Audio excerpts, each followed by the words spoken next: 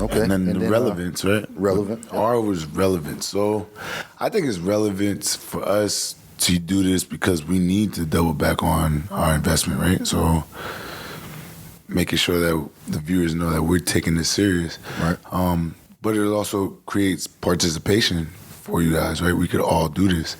And you know if you cheated yourself, especially as an adult, there's no need to be like, oh, I didn't do it. I did do this. I didn't do this. No playing games with that. So I think the relevance is like where you at in your life. Could you use $10,000? Could you use $5,000 in your life? I think most people can agree that they can, especially with these trying times, right? Everybody should if they don't. Yeah, so, you know what I mean? I think a lot of people struggle with just that, just saving bread, like, you know, saving money and putting it, you know, everybody want to do something. I want to buy a house, I want to buy a car, I buy want something to nice, get a surgery, I want to do this, travel, but can't never do it because it's like, you know, they'll get a couple weeks or a couple months and then just blow it, you know? Or they got an emergency situation. Something always happens. Always comes up. Something always happens. And it's really just that easy.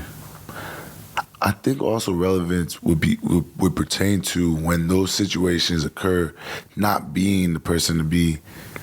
You guys know I preach about this credit stuff all the time, but not being the person that has to go borrow from somebody else. It's like, I got myself, right? You know what I mean? So it's very important for the parents out there. I know there's a lot of barbers that are parents. You know, you got kids. I just had my first kid, and you know these things come up. You get tires that go flat, and you get, you know.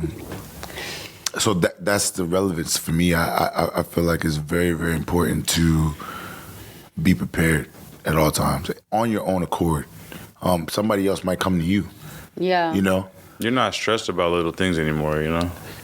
Your life kind of switches it around about what you worry about at that point. You're not so worried about, you know, when you got a little money extra saved on the side. And so as he said, when we started all the way from S all the way down to R, I think that's the preparation. You know what I'm saying? So you're prepared as these situations come up. It's like, I'm not even worried about it. Like, I've been putting this You're ahead away. of it. You're not behind it anymore. You're ahead of it. And you shouldn't be dipping. That's not what it's for, but I think the relevance is that you are prepared. And you're prepared for a good opportunity. Yeah. You know, a major opportunity may come your way and you may need some money to do it. So you got to have money to invest if you ever get approached with a once-in-a-lifetime situation, you know, because sometimes people miss those because they ain't got the money to do it. So, and I just also feel like sometimes you have to remember that you can have multiple different saving pots. You don't have to have just this one. You know, and this one could be for the end of the year or your year goal, right? Then you can have your rainy day fund. Then you can have your vacation fund. Then you can have your whatever other goal fund that you need, you know, or that you want for yourself. So don't limit yourself to just one saving pot. You know.